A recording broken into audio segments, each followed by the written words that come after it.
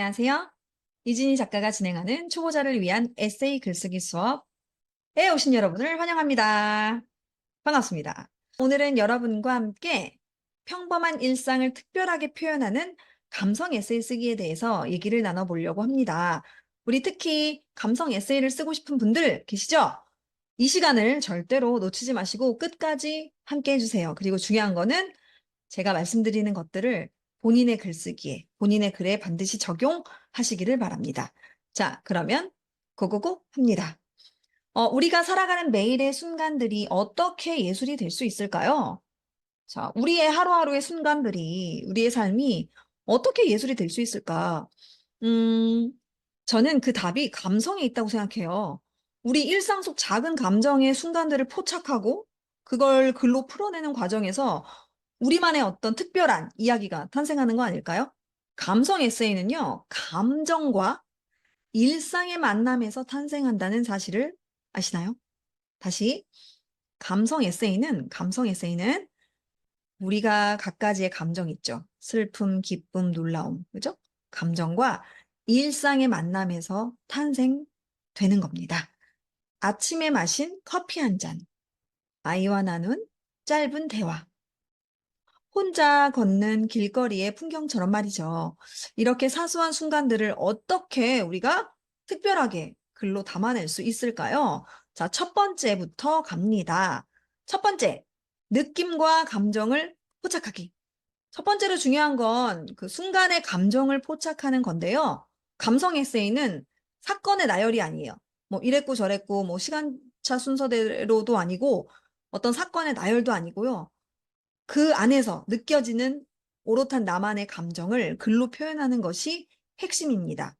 예를 들어 아이와 함께 있는 순간의 행복이나요, 일상에서 문득 찾아온 어떤 외로움 등을 구체적으로 묘사해 보는 겁니다. 자, 예시를 들어드릴게요. 오늘 아침 커피잔을 두 손으로 감싸며 마신 첫 모금.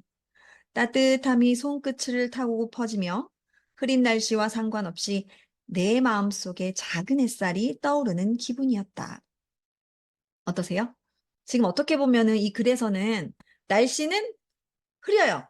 흐리지만 뭐 흐리다고 내 기분까지 흐릴 수 있겠지만 따뜻한 커피잔을 두 손으로 감싸며 마신 첫 모금에서 이 따뜻함이 손끝을 타고 퍼지면서 날씨와는 상관없이 내 마음속에는 오히려 작은 햇살이 떠오르는 기분이었다 라고 표현해 봤습니다. 자, 그 다음 두 번째는요. 디테일에 집중하기입니다. 우리가 흔히 지나치는 작은 것들이 사실은 글의 생명력을 불어주는 아주 중요한 요소를 갖고 있어요. 뭐랄까요? 관찰력이 뛰어나신 분들이나 조금 섬세하신 분들은 이런 거 캐치를 잘 하시는 것 같아요. 글 쓸 때도 되게 사소한 건데, 지나치지 않고 글에다가 비유나 묘사로 잘 녹여주시더라고요. 시각이나 청각이나 촉각 등 오감을 활용해서 순간을 더 생생하게 묘사해 보는 겁니다. 글을 읽는 사람, 내 블로그나 내 브런치나 이제 내 책이나 독자분들이 그 순간을 함께 느끼도록 만드는 게 중요한 거예요. 나는 느낀다고 썼는데 정작 내 글을 보는 사람들은 멍미? 뭐지? 하고 다른 나라 사람 이야기하듯, 그죠? 다른 나라 언어로 이야기하듯 그렇게 느끼시면 안 되고요. 내가 쓴 그 느낌 그대로 우리 글을 읽는 분들도 함께 느끼도록 만드는 것이 무엇보다 중요합니다. 자, 이것도 역시 예시를 봐볼게요. 아이의 손은 작고 부드러웠다. 따뜻한 손가락이 내 손바닥을 꽉 잡고 있었고 그 순간 내 마음까지 따뜻해졌다. 바람이 살짝 불어와 우리 주변의 나뭇잎들이 흔들리며 작은 소리를 냈다. 자, 어떠신가요? 이 정도는 뭐 쓸 수 있지 않으실까요? 아이의 손을 잡았을 때 느낌이 어때요? 지금 자녀분이 계신 우리 수강생분 중에 이미 아이가 장성했다고 해도 그 시절, 그 아이가 어렸을 때 키웠던 그 시절을 한번 떠올리시면서 아이의 손은 작고 부드럽죠, 그쵸? 따뜻한 손가락이 내 손바닥을 꽉 잡고 있었고 아기가, 그쵸? 엄마 손, 아빠 손 잡고 있었죠. 그 순간 내 마음이 어떨까요?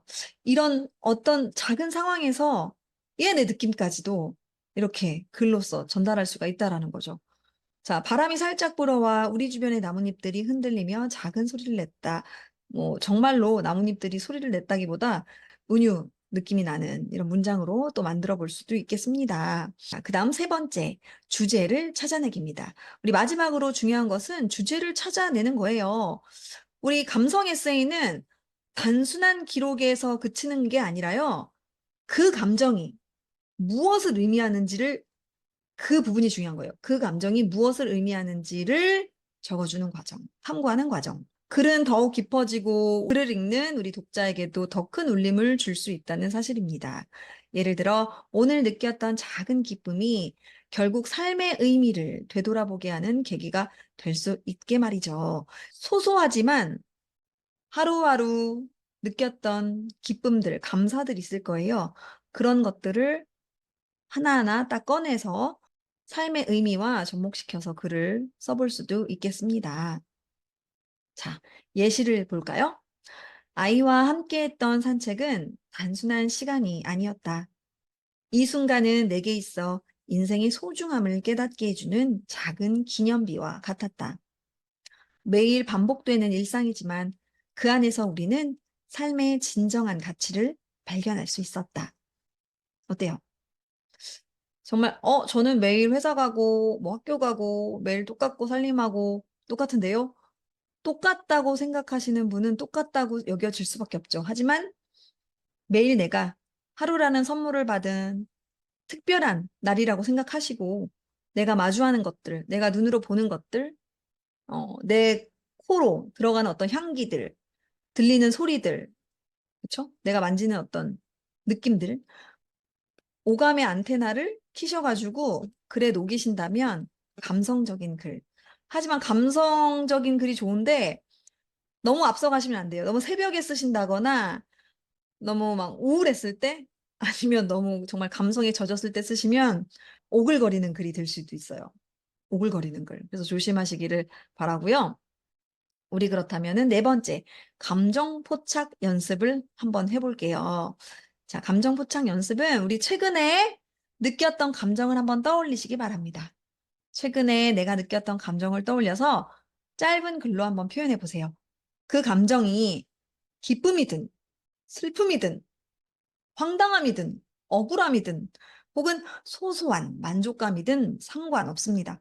중요한 건 내가 가진 이 감정, 그때 당시에 가졌던 그 감정을 어떻게 구체적으로 표현하는가가 관건이거든요. 그래서 여러분들이 내가 당시에 느꼈던 사건, 일을 짧게 써주시고 거기서 내가 느꼈던 감정을 솔직하게 표현해 주시는 게 과제는 아니고요. 그냥 꼭 써보셨으면 좋겠습니다. 제가 댓글로 달아주세요 하면 안 달아주실 거예요? 안 달아주실 거죠? 달아주셨으면 좋겠는데 물론 안 달아주셔도 상관은 없지만 댓글 달고 안 달고에 중요한 게 아니라요. 직접 해보셔야 돼요. 그쵸? 단 한두 줄이라도 직접 내가 써봐야 정말 내게 되니까요. 그래서 우리 아까 했던 것처럼 우리 첫 번째로 느낌과 감정을 포착하는 것, 두 번째 디테일에 집중하는 것, 그쵸? 그 다음 주제 찾아내는 것, 그 다음 이렇게 네 번째 감정 포착하는 거, 연습하는 거 중요하다고 볼 수 있습니다. 사실 감성 에세이를 쓰는 과정이 쉽진 않은 것 같아요. 그렇다고 너무 어려운 것도 아니고요. 물론 때로는 어렵고 때로는 고통스럽다고 여기는 정도까지 갈 수도 있지만, 하지만 그 과정에서 우리는 나 자신을 더 깊이 이해하게 되고, 나뿐만 아니라 타인과의 연결고리를 발견하게 될 수 있습니다. 무엇보다 하루의 삶이 그냥저냥 흘러가는 게 아니라 특별한 선물 같은 느낌을 받게 되실 거예요. 그래서 이런 감성 에세이를 꾸준히 뭐 틈날 때마다 가끔씩 생각날 때마다 써주시면 좋겠죠. 그렇죠? 자, 평범한 순간들이 쌓여 우리의 인생을 만들고 그 인생은 곧 하나의 예술 작품이 된다는 걸 잊지 마세요. 매일매일 평범한 일상이지만 그게 평범하다고 생각하면 평범한 거고요. 내가 달리 생각하면 정말 특별하게 다가오는 겁니다. 그리고 인생이란 곧 내가 만들어가는 그 하나의 어떤 예술 작품이잖아요. 내가 가진 이 작품이 고귀한 작품으로 남을 수 있도록 우리 자신을 사랑하고 이웃을 사랑하고 그쵸? 저부터 잘하겠습니다. 이웃을 사랑하고 글도 내가 느낀 것들 솔직하게 그 글로 표현할 수 있다면 그것만큼 또 삶의 질이 달라지지 않을까요? 그래서 여러분들도 꼭 해보셨으면 좋겠습니다. 자, 오늘도 어김없이 명언 하나 갖고 왔어요. 오늘은 프리다 칼로 님이 말한 명언이에요. 인생은 곧 예술이다. 우리의 삶은 매 순간마다 새로운 그림을 그리고 있다. 자, 다시요. 인생은 곧 예술이다. 우리의 삶은 매 순간마다 새로운 그림을 그리고 있다. 자, 여러분은 어떤 그림을 그리고 계신가요? 오늘, 지난날 어떤 그림을 그리셨나요? 그리고 앞으로 내일, 모레, 1년 뒤, 10년 뒤 나의 미래의 그림은 어떻게 그려질지 또 기대를 하시는지도 궁금합니다. 누구를 탓할 게 아니에요. 그렇지 않나요? 내가 나에게 있었던 일들, 어떤 사건들, 일들, 그게 뭐 좋은 일이면 감사한 거지만 어, 설령 내가 지금 너무 화가 나고 황당하고 기분 나쁘고 슬픈 일이 올지라도 그걸 내가 어떻게 받아들이냐에 따라서 내 인생이라는 캔버스에 그려지는 그림이 달라질 것 같아요. 흑백의 그림만, 정말 어두운 그림만 그릴 것인가? 아니면 빨주노초, 파남보, 다양한 무지개 색깔의 그림이 그려질 것인가는 그 누구도 아니라 나 자신에게 달려 있는 것 같습니다. 그래서 여러분들의 하루하루가 특별하고 소중하고 아름다운 나날들이길 진심으로 바랍니다. 자, 이제 여러분의 일상을 예술로 만드는 일들을 해보시길, 글로 작성하시면서 해보시길 바라고요. 오늘 강의가 조금이라도 도움이 됐다면 구독, 좋아요, 알림 설정, 더 나아가서 댓글 해주시면 다음 강의를 만드는데, 다음 강의를 또 진행하는데 큰 힘이 될 것 같습니다. 자, 그러면 함께 해주신 여러분 감사하고요. 저희는 3강에서 뵙겠습니다. 고맙습니다. 안녕.